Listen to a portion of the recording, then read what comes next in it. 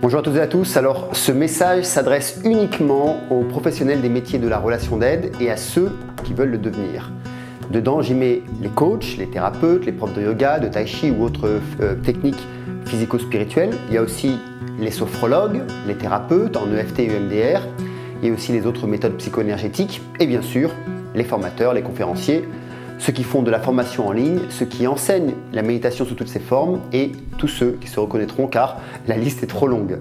Donc du coup, j'emploierai le mot coach pour représenter tous les métiers de la relation d'aide, tous confondus. Ce message s'adresse aussi à ceux qui entrevoient de devenir coach à court ou à moyen terme. Si vous faites partie des coachs actifs, vous avez sûrement lu la synthèse de l'ICF, Global Coaching Study, fait dans 137 pays. À ce jour, ça représente quand même le projet d'étude le plus étendu et le plus ambitieux autour de notre métier. Alors, je vais vous décrire quelques chiffres de cette synthèse. Sachez quand même que près de 95% des coachs ne vivent pas de leur métier pleinement. L'Europe de l'Ouest et l'Amérique du Nord, à eux seuls, représentent plus de 80% de la profession. En Europe, les femmes représentent 67% de coachs et 66% des cadres dirigeants utilisent les compétences d'un coach. Ensuite, il faut savoir que le salaire net moyen d'un coach actif tourne autour de 4 000 € net par mois. Les coachs qui restent sur le marché ont, je dirais, au minimum à leur actif 200 heures ou plus de formation. 77% des clients attendent que leur coach soit certifié et qualifié pour travailler avec eux. 60% des clients sont âgés de moins de 45 ans avec une pointe entre 35 et 44. Les deux futurs obstacles sur le marché que nous vivons actuellement sont des coachs non formés qui vont créer de la confusion et bien sûr la saturation du marché. Mais cela a comme opportunité de se démarquer si vous êtes un coach actif, car vous avez alors la possibilité de faire valoir vos connaissances mais aussi votre professionnalisme. Plus de 50% des personnes pensent que le coaching peut être un générateur de changement social, ce qui augmente d'ailleurs notre mission professionnelle, pour ceux qui en ont une bien sûr. Alors, toutes ces analyses nous dévoilent quelque chose d'intéressant. C'est qu'aujourd'hui, il y a une différence entre être un coach et faire du coaching. Il y a une différence entre ceux qui sont proactifs et ceux qui ne comprennent même pas le sens de la relation client. Ça se traduit par ce fait incroyable que moins de 5% des coachs vivent pleinement de leur métier.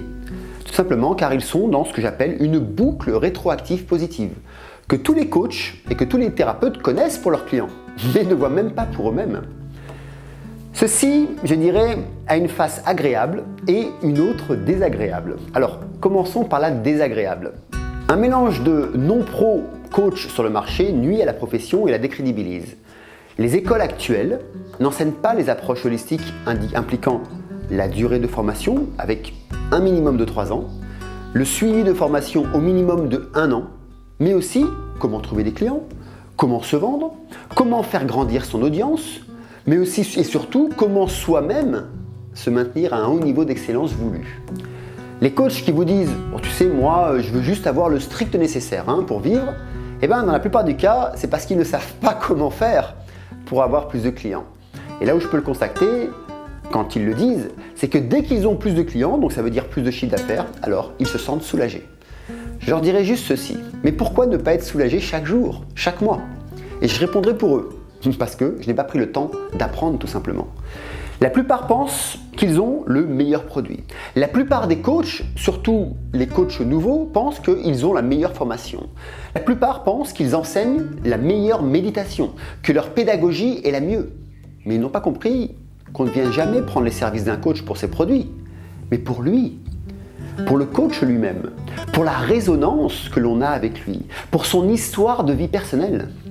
Moi qui forme et accompagne des coachs et des chefs d'entreprise, car les PDG sont aussi des coachs avec leurs employés, bien sûr pour ceux qui désirent avoir un business holistique vers des valeurs éthiques et morales, j'entends, eh bien je démarre toujours ainsi.